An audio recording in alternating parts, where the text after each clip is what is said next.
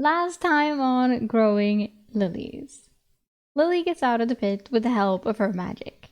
The morning after, she has a therapy session with Bay where she brings up the theory if she even can die at this point.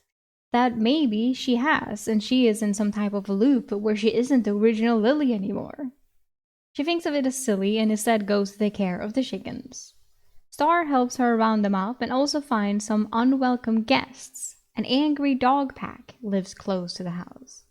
But the next day, it's farm time. On the farm, we meet its protector, Donk the Donkey, and scary fridge poetry, which spells out basement. Chapter 26. The basement. Again. It was time. Whatever was going on down there was pulling in magic, and Lily wasn't about to be living on top of a giant bomb or something. She wasn't stoked about having to take an elevator down to whatever it was, but at least she knew enough magic to get it to go up or down without electricity if need be. If something went terribly wrong mechanically, and it didn't instantly kill her, she was at least pretty sure she wouldn't be trapped forever. Somehow, she still wasn't exactly full of confidence. She probably had time to prepare, but without knowing what was down there at all, what was she supposed to prepare? She could bring shock, water, her phone. What else? A weapon? Could she even use a weapon? No, she'd be more likely to hurt herself than something else. Plus, she was a magic user now. She'd figure it out if she had to. Probably. Really, most of her preparation was mental. She really wasn't ready for another trial like the pit. But it was entirely possible that there was nothing bad down there, or that she could take a look and then decide how to deal with it carefully, rather than throwing herself into the bottom of a death trap and then working her way out. Before anything else, though, it was time to try and explain to Star what she was going to do. She called him over and sat down with him, petting his head gently. So, under the house is something magical. I don't know what, but I can't just let it sit. I have to go deal with it. Ugh, I wish I knew how much of what I'm saying you understood. Danger, but important. Understand? Star's ears flattened, and he looked at her with an expression that made her think he at least understood danger. He pawed at her leg gently. I have to go. You don't have to go. Do you want to stay up here or go with me? He barked and stood to attention. Well, that was pretty clear at least. Lily sighed and hugged him around the chest. Good boy. All right, I'm going to get Bay for emotional support and some basic supplies. Then we'll go. A girl stood in front of an elevator. In one arm, a plush seal. In the other, a small bag full of miscellaneous supplies. Next to her, a puppy that was starting to look too large to still be shaped like that. She had been standing there for several minutes now, working up the courage to open the door. I don't want to open it. Star whined. Lily could see her reflection in the chrome doors of the elevator. She didn't look ready. She didn't feel ready. Her mess of brown hair looked disheveled and tangled. She was wearing durable work clothes that hung ill-fitting on her body, and she looked like she was going to cry. She felt like she was going to cry too. But for at least right now, she was keeping it together. I just need to push the button and go in. That's not so hard. Hey! Star jumped up and pressed the button on the panel, then turned to her looking proud of himself. Lily was angry for a second, but couldn't help laughing when she saw his face. The door opened. It was an elevator. The mood was somewhat lighter, though, so Lily rolled her eyes and took a cautious step in. It was carpeted with a short, deep red carpet. There were guardrails to hang onto, made of brass color, and the walls were still chrome. It looked like it belonged in a movie theater, really. Not a pleasing style at all. Lily filled the rest of the way into it. Filed? File the rest of the way into... I don't know what that means. Now's the time when the cable snaps and I plummet into the basement for another life or death adventure. Right? But nothing happened. Lily stood nervously in the elevator. On the panel, something caught her eye. There, stuck right on the basement button, was something that hadn't been there before. What the hell? A sticky note. It had a simple message. written in a neat printed font. My final gift to you. Lily froze. Her first thought was about how creepy it was that someone might have been here, but then she realized they might have just appeared. Then she fully took in the text. Final? As in, this is the last time I'm going to hear from Entity B? Or just the last time they're going to help me? Or that I'm going to die down there? Yeah, she's going to die. She's going to... That's the last gift. Death. She shook off that last one. The girl stood in the elevator, staring at the sticky note for a long time. Star sniffed at it and turned to look at her, tail wagging. Don't you get too happy. We don't know how true this is, but Entity B called it a gift and they've given me helpful things before. I guess all that's left is... Lily reached out and hit the big B button. Entity B. B? Bottom basement. The elevator doors closed, and it started moving downward. It felt like forever before it came to a stop, but it had to only be about 10 seconds. There was a soft ding, and the doors opened up into a very large, very dark space. Lily immediately fumbled around the wall, just outside the elevator for a light switch, but she didn't find one immediately. So she flicked on her phone and turned on the flashlight. There were some kind of stripes on the ground, like the painted lines of a basketball court or something. But she could check that out after she got the lights on.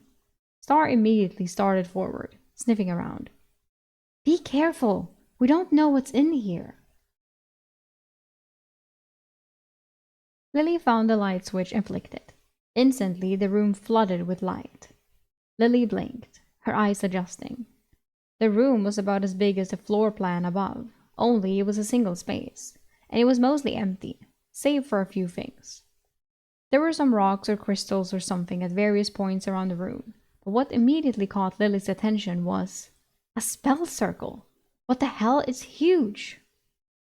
The largest spell circle Lily had seen by a wide margin. It looked like it had been carved into the floor, and then filled in with a silvery metal like a cast. It was extremely ornate. Not to mention complicated. Many circles nested within one another, sometimes many layers deep. The spell covered almost the entire floor space of the room, with only 4 or 5 feet around the edges to walk around. Suddenly worried, Lily felt out the mana in the area, but the circle didn't seem to be activated at all. There was nothing going on. It was silent. Okay. Is this going to suddenly activate when I step on it, or can I go take a look around? Lily carefully put a hand in the space above the circle. Nothing happened. She giggled to herself. Why? You put your left foot in, you put your left foot out, you put your left foot in, and shake it all about. I recognize that this is some shit, yes. Is the hokey pokey about testing the dangers of magic circles? Star was staring at her, and she could swear there was a hint of judgment. So she focused. Well, there was only one thing to do. She took a step into the circle. Nothing happened. Lily breathed a sigh of relief. If I'd gotten suddenly vaporized, that'd have been the most anticlimactic death ever. Star stepped into the circle too, and started sniffing around it. Lily bent and examined one of the nodes more closely. Sure enough, the node was a complicated circle in and of itself, with a few more complicated circles nested in nodes inside of it, the smallest of which was done in tiny metal filigree. None of the glyphs were particularly recognizable, but she could read some of the radicals. The symbol for mana was all over, naturally, but she saw bits of other ones she recognized too, and plenty more she didn't. While on the plus side, she'd have a ton of new ones to test. But what do you do? And why are you not doing it? A clattering sound caught her attention. Star had dropped a large circular crystal next to her ankle. Or was it a gem? What was the difference anyway? In either case, it must have been worth a ton. It was the size of her fist. She looked at him. He was clearly proud of himself. Was it because he thought he was helping, or because he brought her the ball? Hey, how am I supposed to know where this goes, huh? Where'd you get it? He looked a little put out, but he got up and walked over to a spot before sitting down again. Lily wandered over after him. There sat a circle within a node that she was pretty sure she understood. In fact, she'd seen 3 of the glyphs before, on her ever-burning flame. If this is where the ball had belonged, this part of the circle was designed to draw mana from it. Huh, so it's a battery. Oh my god, don't tell me crystals and gems can store a bunch more mana or something. That's such a cliche. Why would it even work that way? Lily glanced around the room. There were 7 of them, all spread pretty evenly around the circle. She narrowed her eyes. Does Entity B have a sense of humor? Is it familiar with pop culture? Is it playing a prank on me? Because either this is a coincidence or a subtle nod to Dragon Balls or Chaos Emeralds.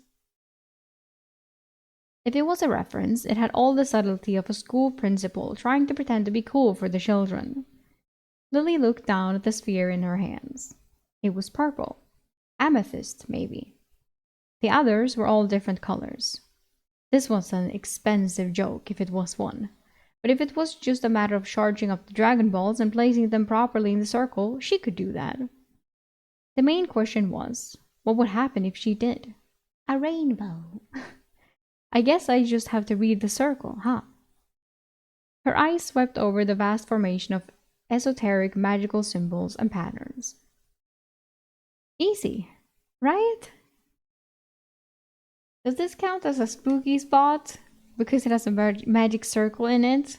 Technically it should, right? Because this was not what I expected. But we did say that it was a spooky spot. So I was like, somewhat correct. But then again, not really. It wasn't a person. Maybe she will summon a person. Then, yes, please. Summon a person. Lily had spent the next couple hours with a pen and a notepad, jotting down every single glyph she could find on the circle. When she had found common elements between more than 2, she'd written them down as radicals too. Now she was sitting on her living room floor with the pages splayed out in front of her. There was so much to go over. It wasn't fair. Like being given a pop quiz on material that was assigned to you not 10 minutes ago. Lily groaned. Earlier today, she had been complaining that she had weeks' worth of things she wanted to test out with magic. Now she was pretty sure she'd still be learning from this circle for years. She still had no idea what it did. Absolutely none. It seemed just as likely that it'd bring everyone back or that it'd spit out the perfect hamburger conjured into being. She just couldn't read enough of the glyphs to know, but she had a pretty good idea of where to start. First, she wanted to try some of the most common radicals as solo glyphs and see if she could figure out what they described. Then she wanted to play with the glyphs that seemed to be the largest focus on the circle, the largest ones towards the center. Finally, well, this was more of a side goal, but she needed to charge up the Dragon Balls. Dragon Emeralds? Chaos Balls? She didn't know what to call them yet. Gems? They were somewhere in the middle of those 2 ideas, but she suspected they were just really good mana batteries, so the sooner she got them charging, the better. But it's not like just putting them in the front yard was going to work well. After all, if she just had a bunch of ambient mana gathering spells, they'd all be slurping from the same pool. It was time to track down some more spooky spots, and set each one to charge from one of those. Then, when they were all charged up, she could come back, plug them in, and... what? Did she even want to activate the spell? Entity B had called it a final gift. Did that mean it was a way to get back to a normal life? Or was it more like a gun with a single bullet in a zombie apocalypse movie? Or... I have no idea. What are you trying to give me? Is it just for collecting magical knowledge? Am I gonna power it and a little message will pop up like, oh, congratulations, Lily, achievement unlocked? Huh? Or is Shenron gonna appear and grant me a wish? Do I become Super Lily? What is the gift? Couldn't spare the printer ink to tell me? Pretty cheap for a powerful supernatural being. Lily wanted to scream, but in truth she was at least somewhat relieved. She wasn't living over a bomb. It was going to take her a good while to figure out what to do with the gigantic magical working under her house. But it was at least something good. It was something good, right? She sighed. Lily flopped down onto her couch and let Star jump up and lay on her. He really was heavier. She was pretty sure normal puppies didn't come in this size. Oh, she has to sacrifice Star to the magic circle. And you, how big are you gonna get, huh? Thanks for coming with me. I was less scared with you there. He nuzzled into her, and she rubbed behind his ears. Well, the next steps just got somehow more complicated. Are you ready for it? She heard the steady thump of Star's tail wagging and grinned. Good boy. Okay, so a huge magic circle, which has a lot of crystals, aka mana batteries, that she has to put into spooky spots to charge and then bring back to activate the spell, who does something that we don't know. But Entity B said it was a gift, so it should be something nice. Maybe it's another yacht. Maybe it's a cow. Chapter 27. The last girl in the world sat in her driveway, contemplating what to do next. Suddenly, she had a world of choices, which was a good thing, sorta. She'd always struggled with decision paralysis, and what was more, it seemed like the optimal choices were just boring. Okay, not boring really, but tedious beyond what might be tolerable. She had a lot of glyphs to run tests on. A lot. Counting radicals, nearly 200. She wasn't even sure she got them all. So now it was pretty clear what she needed to do. She could even test one of her prevailing magical theories in the process. But either way, she was going to be sitting here for probably the rest of the day, and maybe even the day after, just trying different glyphs and observing the results. So with a sigh, she got started. The basic formation she wanted to create was simple, and she got to it with her shock spear. She was creating a modified version of her battery charging spell from earlier. Mana was gathered, flowed into one of the Dragon Balls, then flowed out into a capacitor. Are we really gonna call it a Dragon Ball?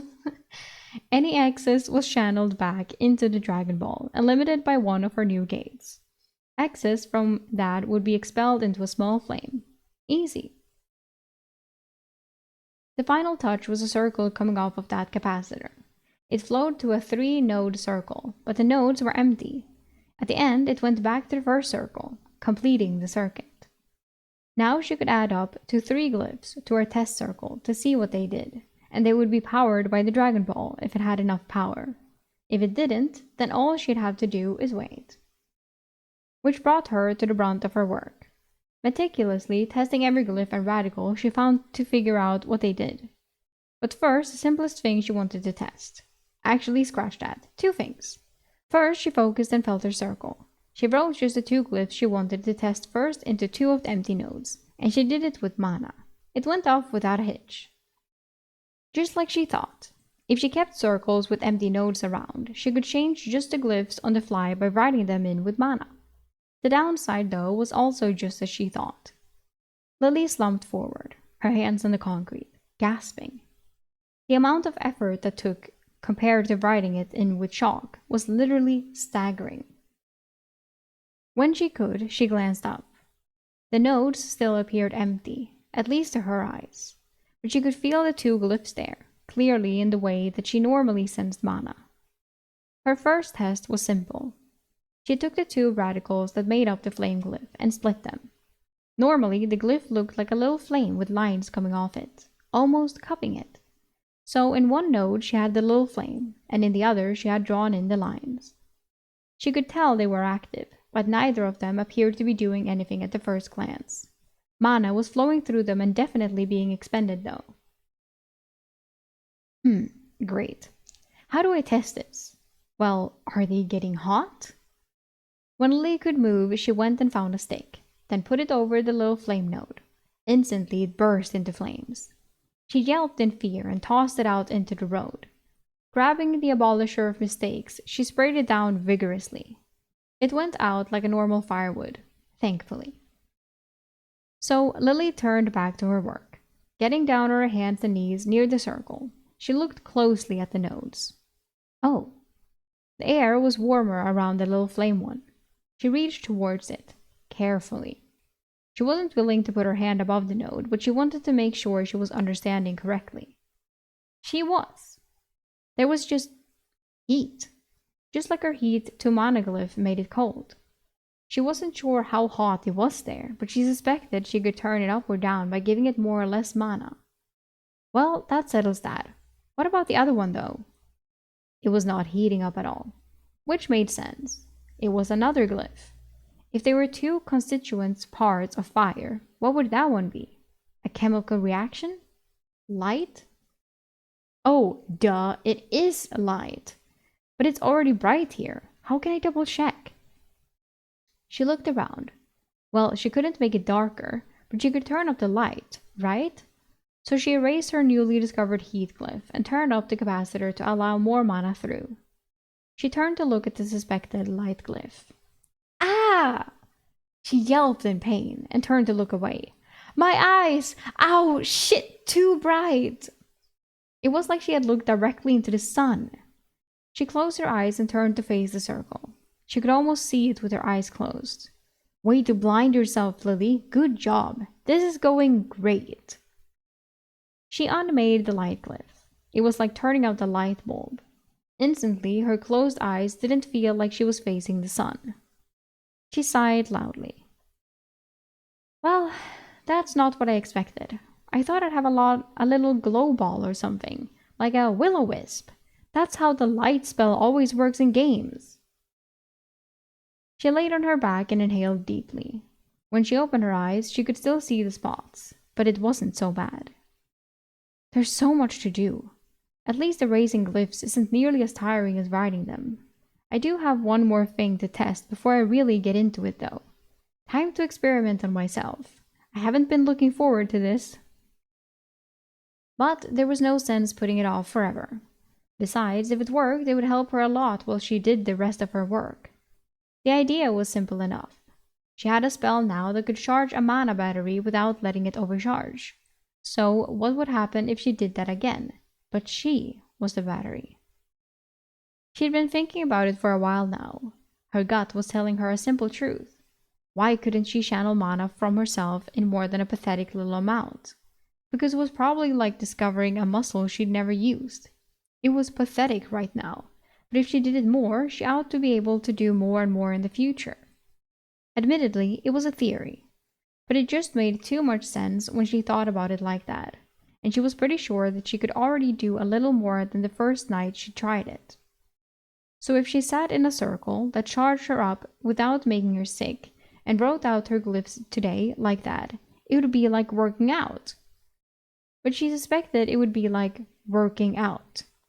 As in, super tiring. Still, she was going to be doing a lot of magic moving forward, so she had to start somewhere, right? Assuming it doesn't kill me. With optimism like that, who needed challenges? Lily grimaced and started writing the circle.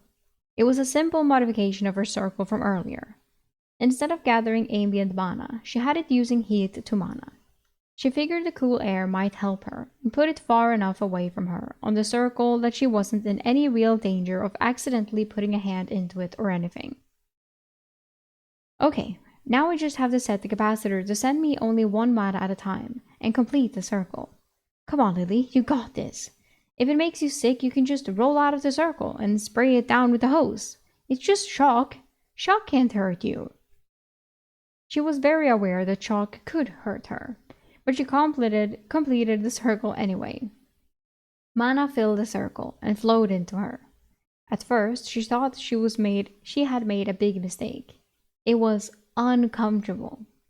She felt like a garbage bag that was so full it was about to tear at the seams. But just when it was about to become too much to bear, it stopped.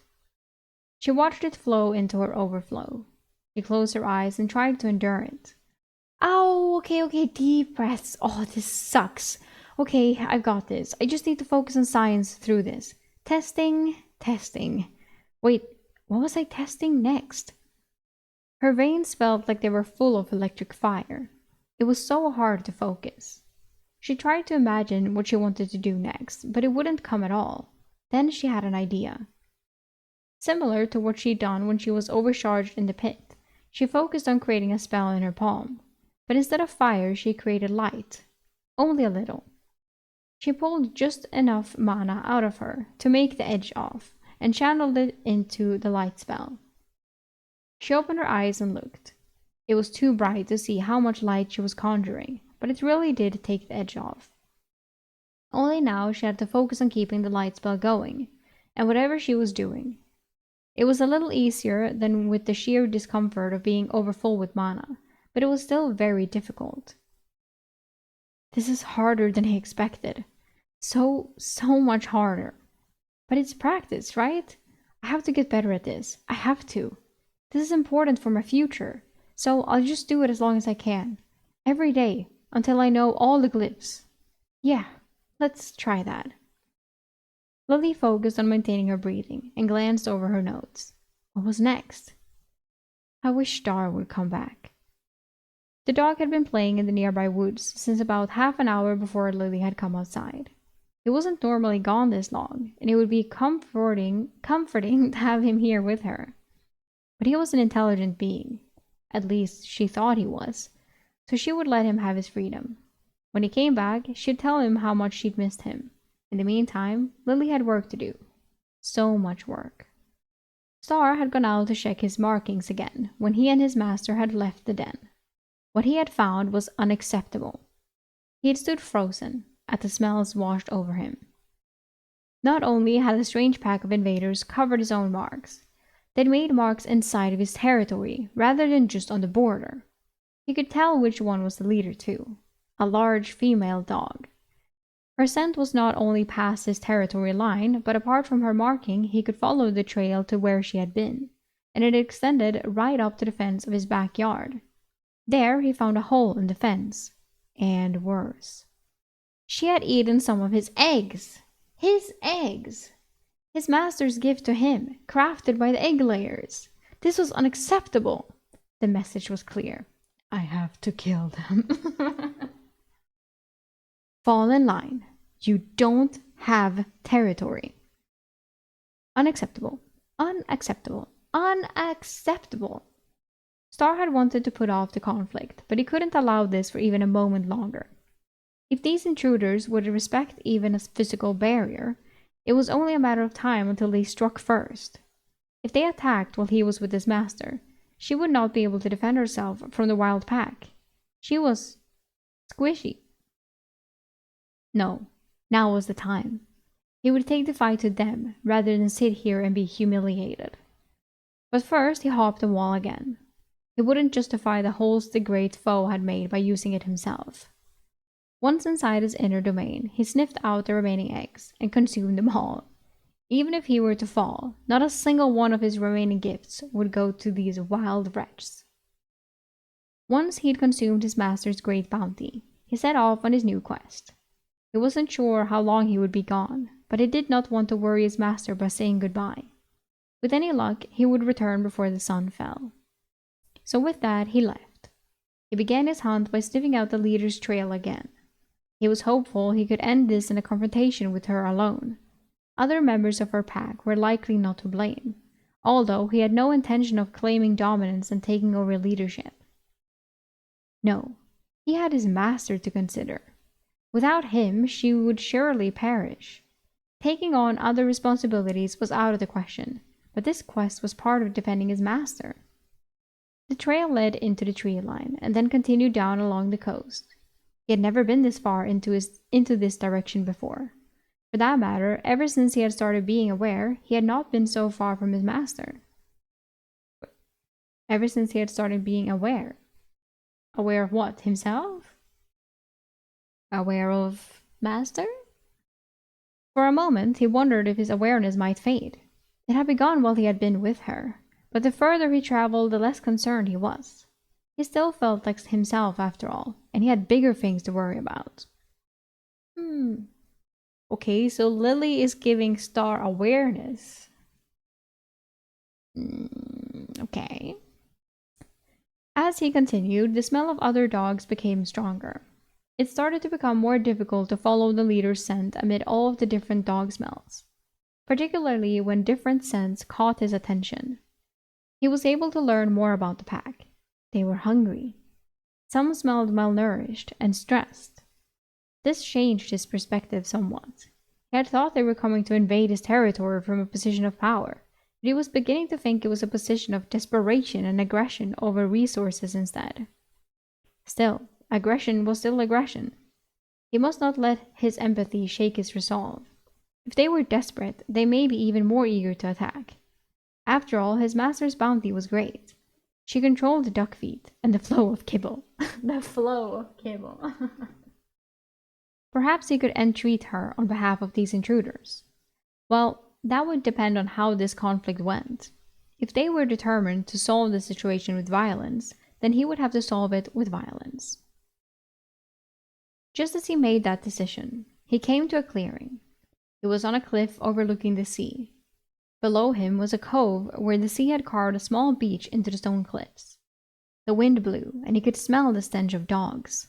More than 10, at least. Wow, that many? I thought it was like 5 or something. As he followed the scent further, he found it led to a small path that would lead him down the cliff and onto the sand. But rather than following it immediately, he lay down and observed. The wind was blowing up out of the cove and into his face, so he was certain his smell wouldn't give him away to any of the dogs below, so he waited to see what he was up against. Below, most of the dogs were resting. A few were huddled together, but most had simply found their own spots by digging slightly into the sand. 2 of them were gnawing on bones from what seemed to be a fresh kill. Then his eyes found her, the leader. It was the most beautiful dog he had ever seen. A large black and white wolf-shaped dog with glacial sapphire eyes. Okay, one. She was the only dog in the cove eating an actual meal. Her coat was glossy with a sort of radiance that the others didn't have. He knew instantly it was her. She hadn't spotted him yet. It was time to make himself known. He proceeded up to the edge of the cliff and howled. There was a sudden rush of activity from below as all of the dogs shot to attention. She, however, continued chewing while staring up at him, and when his howl was over, it was her turn. At that moment, Star heard the howling of a demon. Oh wow, okay. Demon girlfriend dog. I wonder if the dog is like, if it's possessed or something, or if it's just like, oh, this is just a dangerous dog and he just calls her a demon, or if it's like actually something magic about her as well, since Star obviously has some magic going on. Chapter 28. In a no-name cove on the coast of California, just outside of Sana del Mar, a scene was brewing. Down on the sand, a pack of dogs numbering 12 was standing to attention and gathering. Down the side of the cliff, along a small path leading down to the beach itself, a large white dog with a black mark on his forehead was descending at a calm walk. Internally, he was anything but calm. However, to give that up would be defeat in and of itself, so he forced himself to be calm. To walk with purpose rather than run or cower. Step after step. Below, he could see the dog spreading out so when he stepped onto the beach, he would be surrounded. As he set foot on the sand, one of the most important battles for determining the outcome of this world had officially begun. Of course, no one present knew that. Some part of him had expected to be rushed from all sides right away, but as one of the packs linked closer to get into position, the leader barked loudly in that direction, and it ceased. Star made his way to the center of the circle and stopped. He looked at the leader curiously, and then understood. He was a challenger to her authority. She would deal with him. Well, that made things simple. It was mutual that neither of them wanted the others involved. He met her eyes and stood as tall as he could. He could feel his hackles rising as he let out a growl and tried to communicate his intent. I came to settle things. She took a few steps forward into the circle. She was a little bigger than him, and he could sense some amount of mana on her. See? Although she didn't seem to have his spark of intellect that he could tell. Her fur bristled, gleaming in the light of the setting sun. He saw her take a ready stance, and then she dashed. Fast. She was so fast. He dodged her charge with difficulty, spun and snapped at her. She effortlessly dodged it, and charged again from his side, slamming him hard enough to send him rolling. Star found his feet as fast as he could, only to find her stalking a slow circle around him. Why had she not leapt? Then he realized. She was toying with him. Well, of course. He was an asset. If she could force him to submit rather than tearing his guts open. As if he would. Star took the initiative and leapt at her, but his enemy sidestepped with the attack with ease. Fine. His next movement was a feint, and when she dodged again, he changed course to aim where she would be moving to. But just as his teeth were about to clamp down on the flesh covering her ribs, the she-dog blurred. She was gone. For a second, he lost track of her completely, before she slammed him again from behind. How had she moved so fast? She's a ninja. He hit the sand, rolling again, and found his footing. She was stalking around him again. This was bad. Where she had hit him really hurt. He thought he might be bleeding, even though she hadn't used her teeth, but he had no time to look right now. If he waited too long, she would be making the first move. What did he have that she didn't? She was faster and larger. How was he supposed to win? What did he have? He was smart and he could jump high. How could he turn that into a win? This time, when his enemy lunged forward, Star ran. He had an idea. She chased him, gaining on him quickly. Star played the coward, whining and running from her along the outside of their arena. Strange dogs snapped at him as he got close, but didn't move from their spots. When the demon was right on top of him, practically nipping at his feet, he made his move. He kissed her. She will never expect it. Focusing the energy he'd normally put into a jump, he kicked as much sand as he could directly into her face. He heard the sharp sound of pain as sand went into her eyes, and immediately turned. Let's see her try to dodge blind. This was it. His chance. This would only work once. He leapt, throwing himself on top of her, and clamping his teeth down over her scruff. But the second he did, he realized he'd made a mistake. Pain! Sharp pain filled every part of him that was touching her. Her fur was sharp, like 1,000 needles digging into his flesh. Oh my god, it's actually a hedgehog. He yelped in pain and rolled off of her, trying to shake as many of the needles as he could off of him. What? How had she done that? He stared as she rubbed at her eyes, shaking her head. The mana. Of course. The mana was infused into her fur. It was strong. Strong and sharp. How was he supposed to hurt her? More than that, his plan wouldn't work twice, and she had almost recovered from his last-ditch sand attack. Think! Think! The monster had recovered, and she looked angrier than ever. He knew. This time, she'd be coming at him for real. She lifted her maw to the sky and howled. It echoed through the cove like a demon's scream it was, and this time it echoed through Star as well. Straight into the depths of his heart and soul, he could feel it ringing through him. The next charge would be do or die, but how could he win? He had to outmatch her speed with his wit again, in a different way, and on top of that, he might be able to force a surrender if he had his teeth around her throat. But anywhere else wouldn't work, and even then he'd have to power through the pain. He just couldn't inflict enough damage on her to win without hurting himself too much in the process. The orange light of the setting sun had never felt more ominous. Was the sun setting on his life as well? Star braced himself, ready to run. If he could buy himself even another couple seconds to think of a plan, it would be worth it. He had to do this. He had to win. Right now. If he didn't, his master... The she-dog lunged. Star turned and ran again, as fast as he could. Just a little longer. A little longer. He turned towards the shore and briefly considered diving into the water and hoping he was a better swimmer. Then a real plan hit him. The setting sun was still a little above the horizon, and he ran straight for it.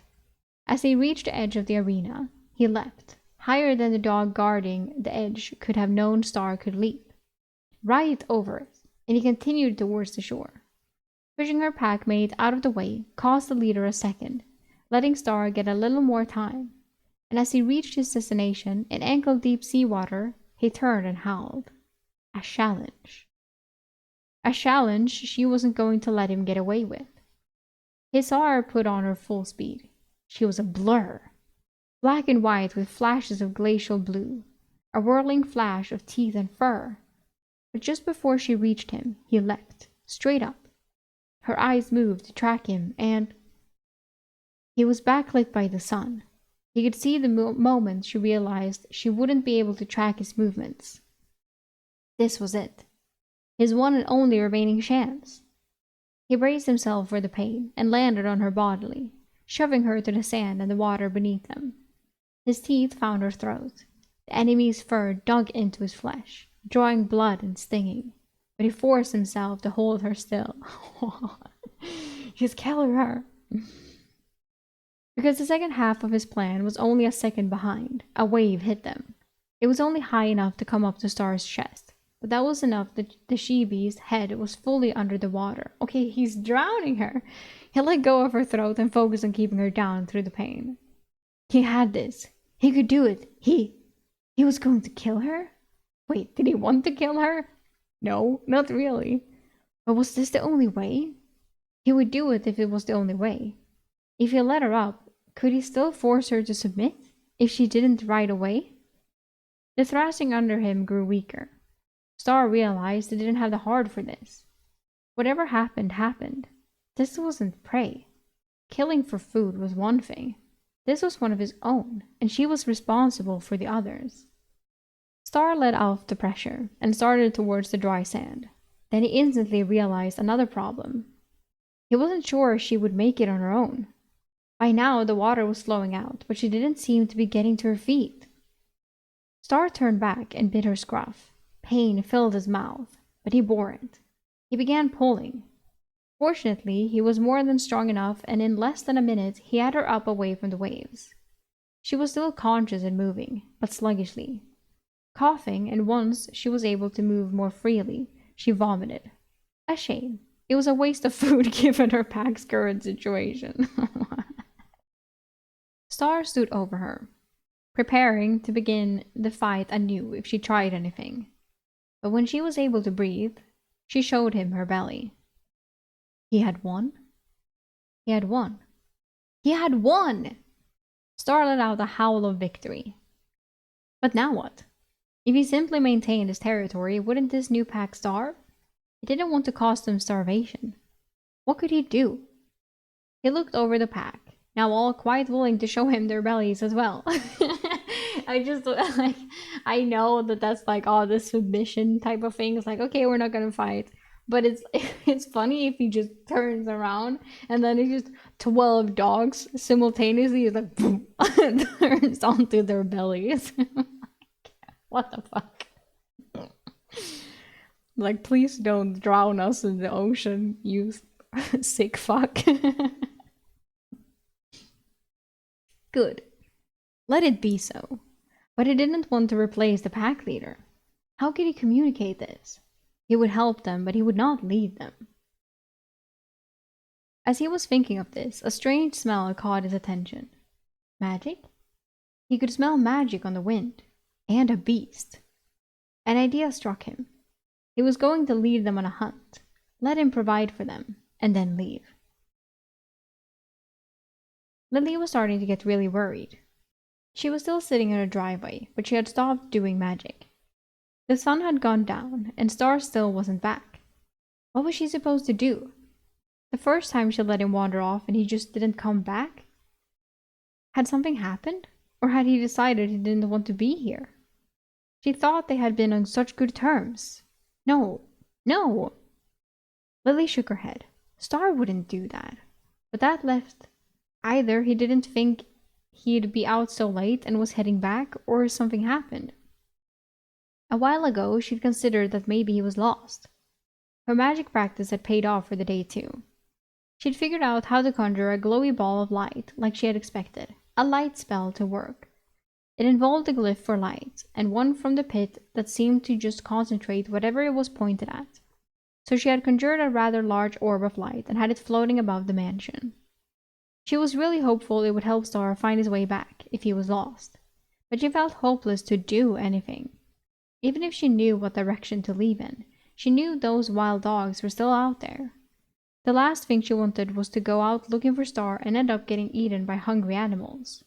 But could she wait until morning to go looking? Star, where are you? I'm worried. Please come home. She'd said as much out loud 100 times since the sun went down, but this time something different happened. She heard a loud bark from outside where she could see, and recognized his voice. It came from around the side of the house towards the forest. She jumped up and ran over there, more relieved than she could express. Oh, thank goodness! I was worried sick, mister! I'm never ever letting you— Oh my God! As she turned the corner, she was not prepared for the sight she saw. The first thing she noticed was blood. So much blood. A wave of relief passed over her when she realized it wasn't from Star, but then she realized what it was from. Half of a full-sized bull elk was laid out neatly next to Star. What the fuck? It seemed to have been torn into 2 pieces. How? Where was the other half? How did Star get it here? Why? Oh, what the hell? Star barked and wagged his tail. What am I supposed to do with this? You know I can't just tear into it with my teeth, right? Star's tail stopped wagging, but the happy panting face continued staring at her. He tilted it slightly, confused. Did you get that for me? Star barked and the tail wagging started again. Can you move it? Bring it here? She had practiced bring it here with him, so she wanted to be sure he understood. She watched in complete awe as he grabbed an antler in his mouth and pulled. It didn't move quickly, but it did slide slowly through the grass. Okay, I get it. Let's get it into the backyard. Then maybe I can freeze it with magic until we figure out what to do with it. I can just keep it frozen and give you frozen bits maybe. Oh God, I don't want to touch it. Star looked offended and let out a small whine. No, it's not like that, Star. I'm happy. It's a lot, okay? Thank you. You're a good boy. But don't stay out so late next time. You really scared me. I guess you were out getting this? Jeez, I'm not short on food to give you, you know. He just stared. She met his eyes and could swear there was even a little more there than when he left. She sighed. All right, let's get this thing inside the fence at least. Oh, a little more. Oh, like a little bit more of like awareness? Is that what she means? Oh, there's more intelligence in his eyes. Interesting. He's growing. Chapter 29. In the soft light of morning, light glistened off the sheen of frost on the front wall of a frozen elk. Normally, it would have been melting, but if anything, it was growing colder with time. A bird flitted down to peck at the meat, but changed direction and let out an irritated squawk when it felt the aura of a cold that surrounded it. A girl, her dog, and a stuffed seal sat on the concrete porch outside a sliding glass door, looking at the elk circle. Elk sickle. Ah ha ha. They had been sitting there for over 5 minutes, and they represented a whole emotional spectrum. The girl was frustrated and confused. You could see it in her expression and body language. The dog seemed quite pleasant with himself on the other hand, while the seal, well, he looked the same as always, but Lily was pretty sure he was judging. Star, I love you. You know I love you, right? He whooped and groaned. I guess I haven't said those words, so you probably don't. Huh, okay. Well, you're my dog. Dog? You know? Oh my God. Star whined. Lily rolled her eyes. At herself, I hope. But you have to find a way to explain this to me. What the hell? How did you even catch and kill an elk? Why was it soaked in mana? How did you get it home? Where's the other half? I have so many questions. It's bullshit that you can't speak. He barked loudly. Lily was pretty sure it was because she said speak. She leaned over and rested her head on the dog. The steady whooshing sound of his tail over the concrete answered her. So here's what we're gonna do. I'm gonna turn off the spell. We're gonna take a knife from inside and cut into it. I'm gonna try to get your breakfast out of this, because I won't have your work going to waste. But I want you to know, I'm not good at this. I've never done anything like this before. I don't know what parts are good and what parts aren't. And I won't eat any. At that last bit, Star let out a high-pitched whistling cry. Oh, come on. Listen. You have all these natural instincts, and you know how to deal with stuff like this. I'm a human. I've almost never eaten anything that didn't come out of a package from the store, like your kibble. I need my food to be prepared and cooked by someone else, okay? There was another cry, but softer. Bay, back me up here, would you? Therapist Bay. Bay seemed to be enjoying this, so Lily sighed and got up. Retrieving a sharp-looking knife from the kitchen, she returned to deactivate her spell. The spell was just cooling the elk and venting excess mana into a number of little lights. As she broke the circle, the lights all winked out.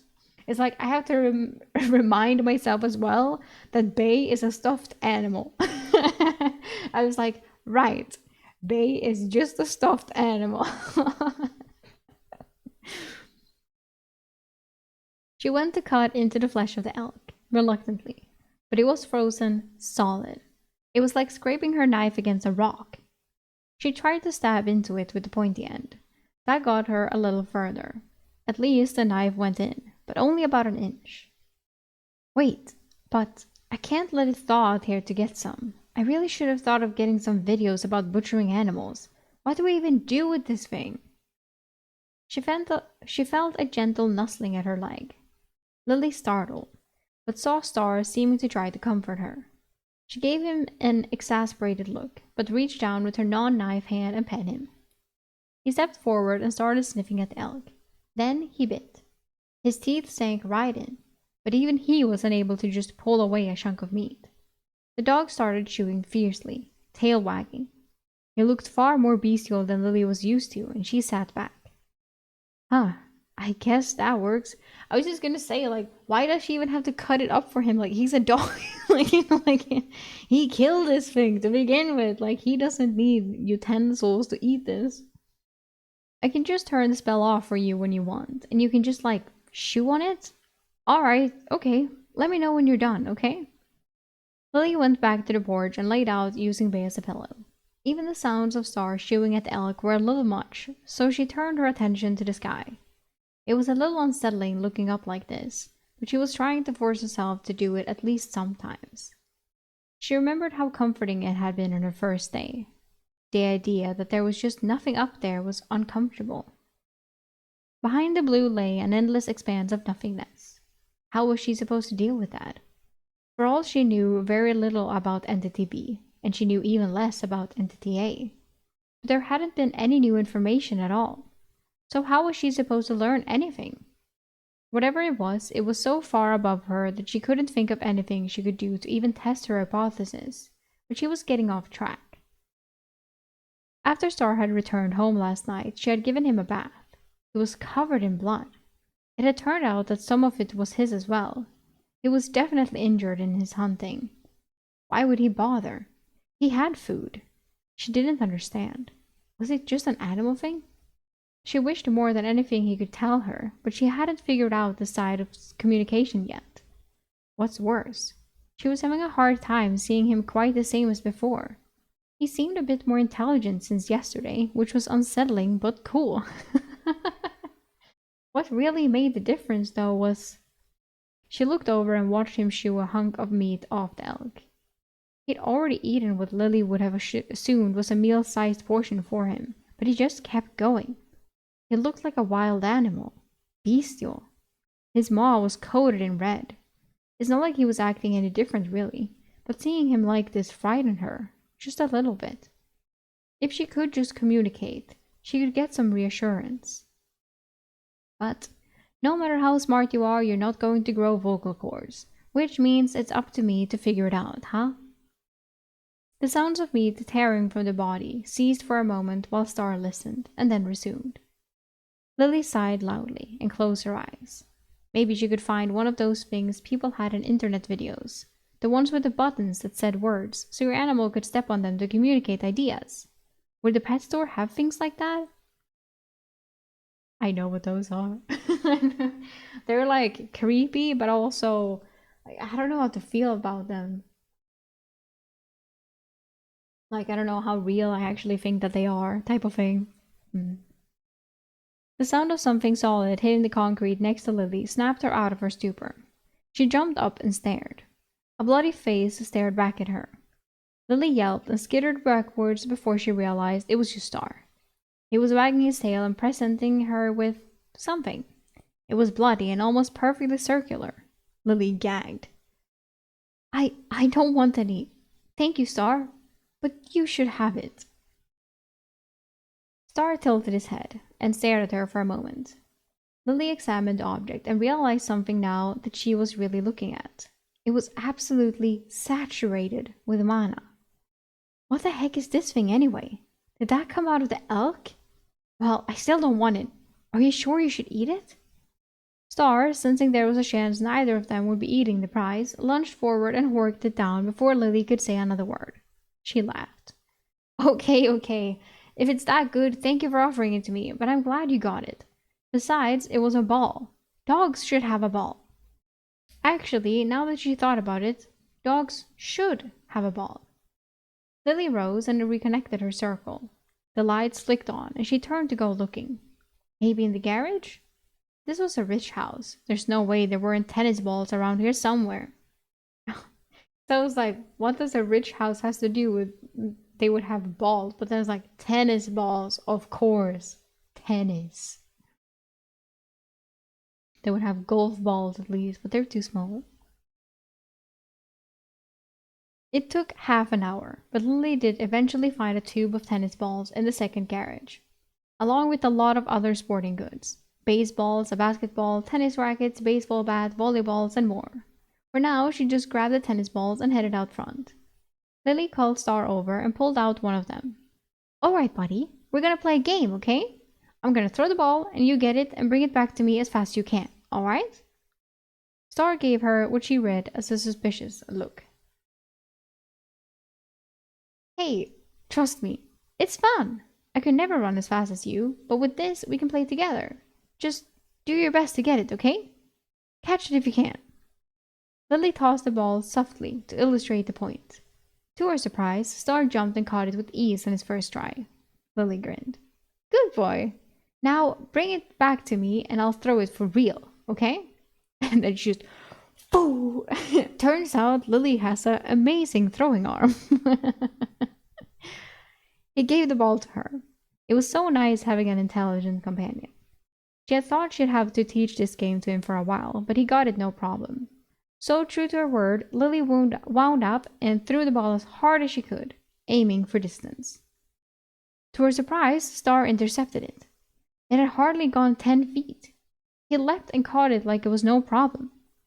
Star spun in the air and landed in what Lily could only think of as a way too cool a pose for a dog.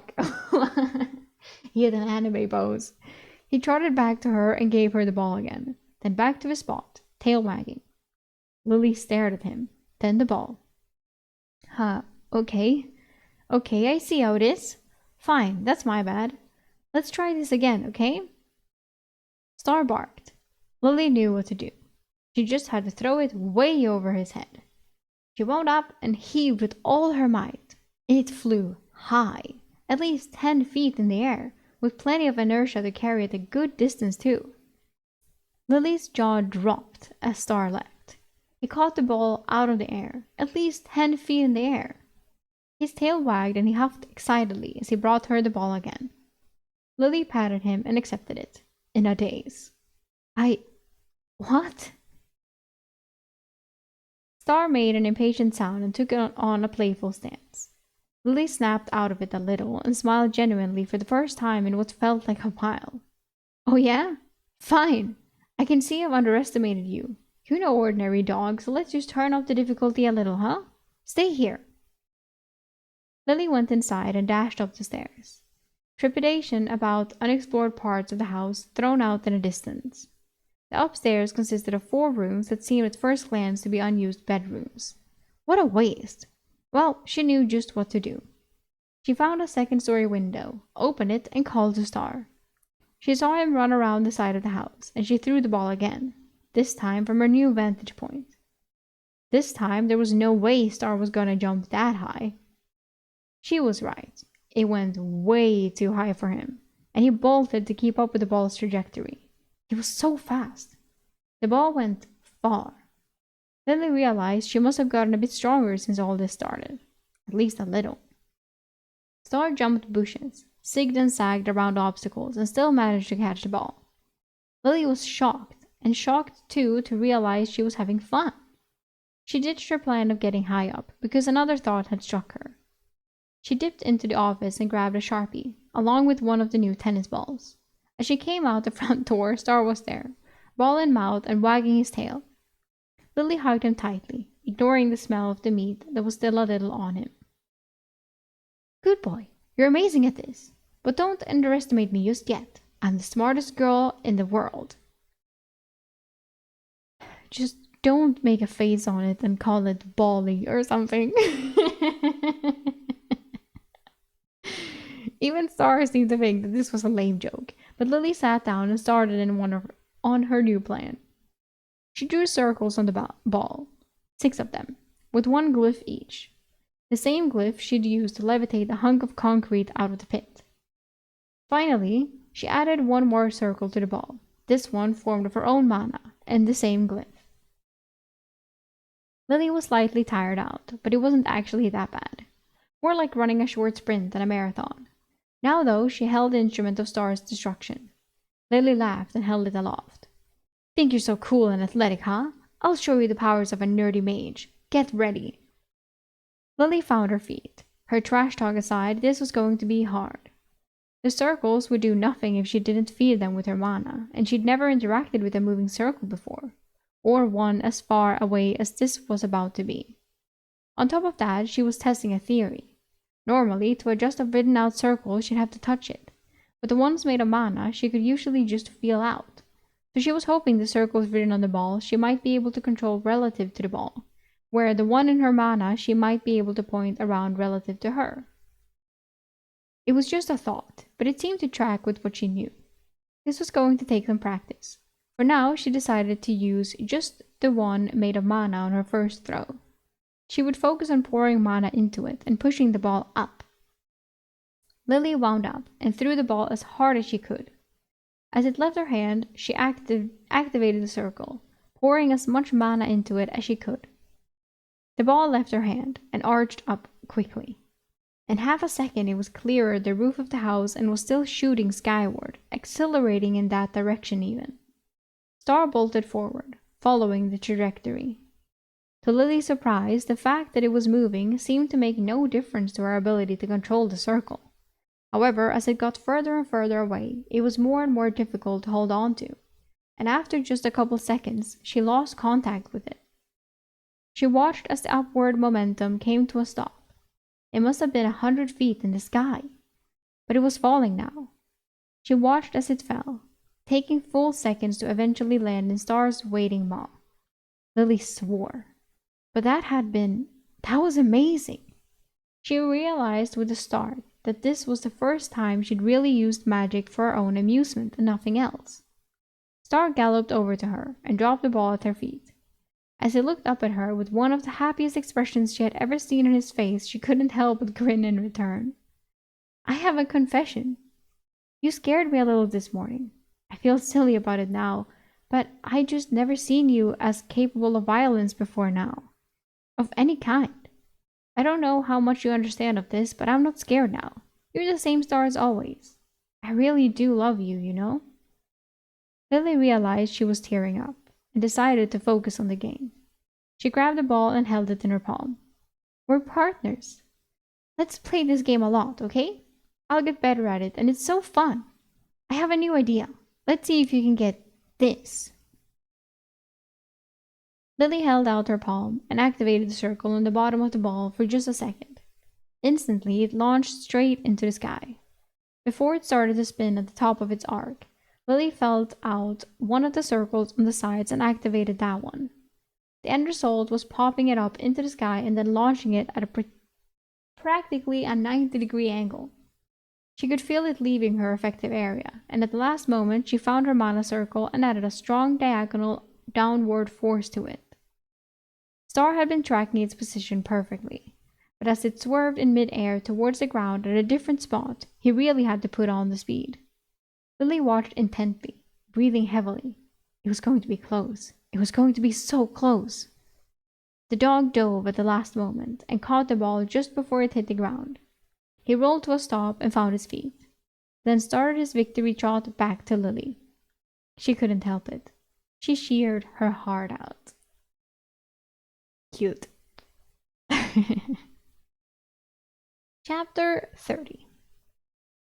Lily was laid out on the floor, cuddled up to Star. They'd been laying there for at least half an hour. The game of fetch had taken most of the morning, but eventually Lily had completely tired out her mana reserves, even having used her charging circle until she couldn't stand it anymore. With more practice, she was able to do some really wild throws. Although what she really wanted was a glyph that could cancel or alter inertia rather than just add to it. As it was, she could make the ball accelerate in any direction, but it would be in addition to its current trajectory. She had plenty of time to learn though. This was a game she and Star would be playing a lot. It was good magic practice for her, and he even seemed pretty tuckered out himself. It was approaching noon though, and Lily had some other things she needed to do today, so she was trying half-heartedly to rouse herself. I suppose we should get moving. I want to stop by La Mancha and set up some Dragon Balls to charge.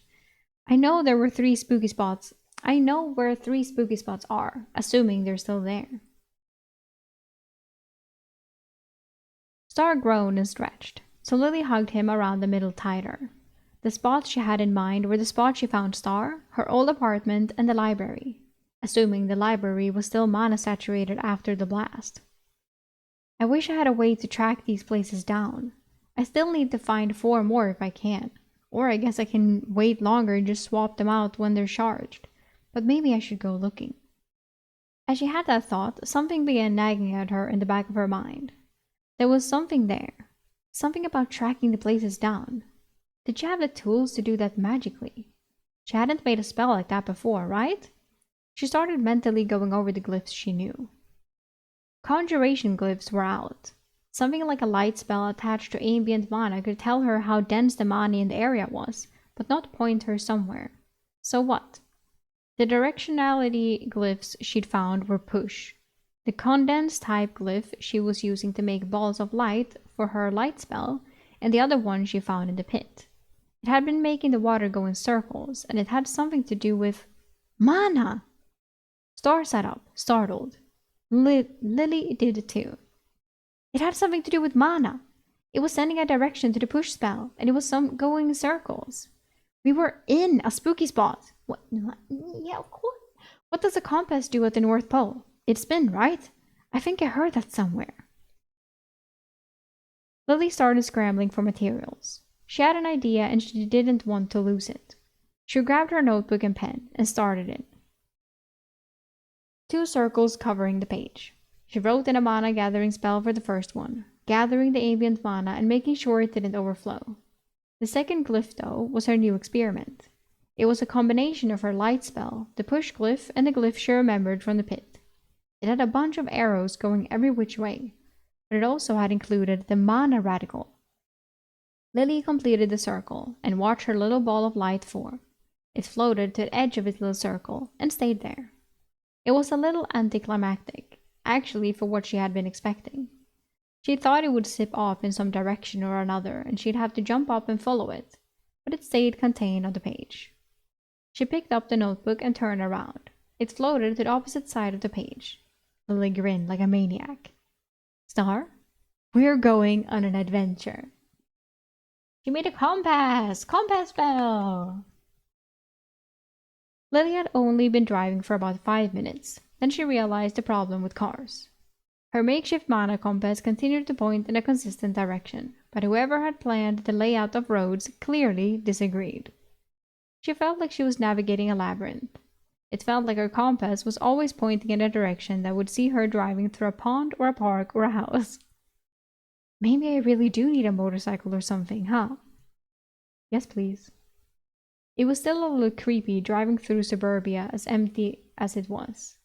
At this point, there weren't many lights left on, and with no cars in the road or people in the streets, it just felt empty. Even the idea of a ghost town in Lily's mind involved running into the occasional tourists. As it was, lawns were just starting to look a little unkept, gardens were wilting, and cobwebs were accumulating. The lack of sound was unnerving too. You never really realize how much the sounds of life are in the background every single day until they're not. There was no response. Lily looked over and saw Star was almost asleep in the passenger seat, curled up with Bay. Oh well, she didn't need to speak out loud too much. She still had no idea what she was driving into. It was probably a spooky spot. Was there going to be another anomaly? Just because that's how she had found the other spooky spots didn't necessarily mean they all had one. If it didn't have one, how would she know when she got there? Well, other than the compass spinning again, assuming she was right about that in the first place. Lily really hoped she wasn't wasting her time. She had put the Dragon Balls in the trunk in case she found anything. Chaos Emeralds? She was starting to think they were more like Chaos Emeralds than Dragon Balls, since she hoped they wouldn't grant a wish then scattered across the world. Maybe she should change naming conventions. It would make more... A bolt of lightning struck the hood of her car. Lily screamed and slammed on the brakes. She threw the car into park and turned it off. Not sure if leaving it on would make it more or less likely to get damaged in this situation. She sat still, breathing hard for about 20 seconds before she felt Star nuzzle her arm and whine. Oh, yeah, you're awake. That makes sense. What the hell was that? Lightning hit us! Star barked, and Lily looked at where he was looking. The compass was spinning. Oh, great! This is some magic bullshit. Not that I couldn't have guessed from the lightning on a clear day, I guess. She sighed. What are you supposed to do in a lightning storm? Stay in the car, right? Was the car going to be okay? Lily instinctually pulled out her phone. It was off and wouldn't turn on. Ah, you're so unreliable. Not that it would have helped much anyways. Well, what now? Should you feel out of the circle or try to get out of the perimeter first? Lightning struck the car again. Lily screamed again. This time, Star started barking wildly until she calmed him down. It's okay.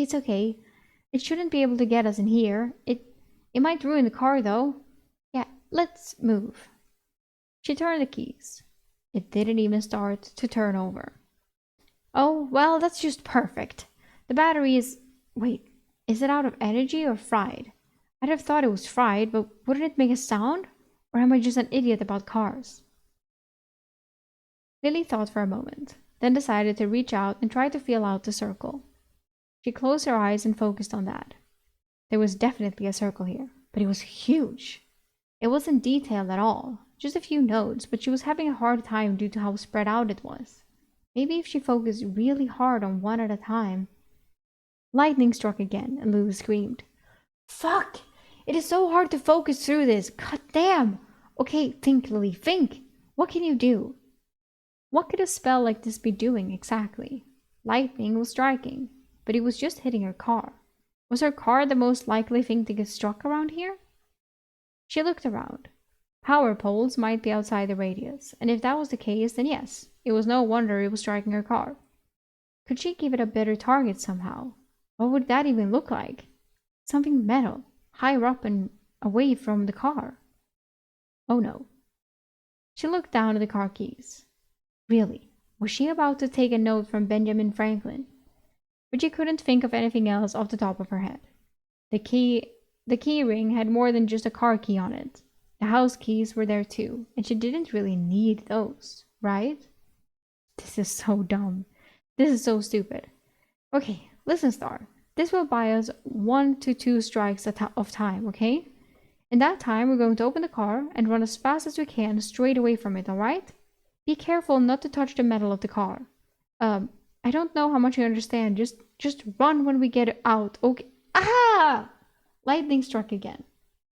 Lily swore and focused on her key. She put a small levitation spell on it, fed with a 1 mana capacitor and ambient mana. It felt weird holding it in her hand. A little like it was suddenly full of helium. Lily waited for the next lightning strike, and then she opened the door and threw the key. It immediately started to rise. She leapt from the vehicle, Bay in her arms, and dashed down the road. Star was hot on her heels. She could feel vaguely where the edge of the circle was, but it was so far away. There was a crash. Lily screamed, feeling something jolt through her and tripped, hitting the ground hard. But the lightning hadn't hit her. She scrambled to her feet while Star nudged her and kept running. As she passed the edge of the circle and got another 30 or so feet just in case, she turned around to look. What she had felt was her key spell breaking. Lightning had struck it, and the key was nowhere to be seen. Lily got down to the ground and watched for the next bolt. It hit the car again. She breathed a sigh of relief and glanced over at Star. Laughter hit her like a truck. All of his fur was standing on end from the static in the air. She wheezed and doubled over, tears coming to her eyes. "You look so dumb right now." Star tackled her. The rest of the process was pretty straightforward. Lily noted down the glyphs before erasing them, and finished by breaking the circle. She waited more than an hour to be sure no more lightning would strike, casually breaking into a nearby house to search for something to drink. While she was there, she discovered some canned food, and decided to run a little experiment. It turned out she could use the heat glyph like an awesome hot plate, and did so outside to heat a can of ravioli she'd taken. She shared it with Star, even though she was pretty sure the sodium content might be a bit much for a dog. Then again, she wasn't sure which rules like that even applied to him. When she was sure there would be no more lightning, she went back to the car and got out one of the Chaos Emeralds. She chose the yellow one, because it seemed fitting. I was gonna say, because it's lightning. It didn't take long to have a charging spell up and running. The only remaining problem was, her car wasn't starting. She didn't really want to walk home or go car stealing, but Lily was pretty sure she'd figure out what the spell was doing. It was sapping electricity from everything it could to create the lightning. Ambient electricity, and she thought mana to electricity as well. Truthfully, the first thought she had when she realized that was the horrifying idea that it could have turned off her nervous system. She really wasn't sure why it hadn't, but that was a mystery for another time. For now, she just wanted to get her car moving. The idea that she could turn mana into electricity, though, was pretty fascinating, although not entirely unexpected. She thought it was likely possible since discovering heat to mana. She was just not sure how to figure out watts and volts and the like. What was the difference between those two again? She'd have to be careful not to overload devices. Maybe she could get a multimeter and then do experiments until she'd figure out a way to standardize it against mana values put into it. Star barked. Lily realized she'd been in her own little world for a while now. "I really didn't realize how often I did that till you came along, buddy. Alright, so why don't we just try it on the car battery and turn it really, really low? We can wait a bit and try turning over the engine. If it's not enough, we turn off the spell. Sounds good?" Star's tail wagged, hopefully. "Not that you know anything about cars." Lily sighed. "Not that I know anything about cars either. Oh well, if we ruin this one, we can still steal another." It was a lot of guesswork, but for once Lily felt like she was working off pretty educated guesses. Mana to electricity was just a variation of a glyph she already knew. So was the infused glyph with electricity radical, and otherwise it was just her battery spell. It could create a light to indicate when the battery was full. This was essentially just her charging spell with a few tweaks. Sure enough, it worked. Within a few minutes, she was able to get the car to turn over. For now, she broke the spell and started the drive home. None of the dashboard lights were working. Lily figured something electrical must have blown out, but she could fix it later. Wait, don't I still need to go back to my old place and see how that repair spell was working? Star, there's so much to do.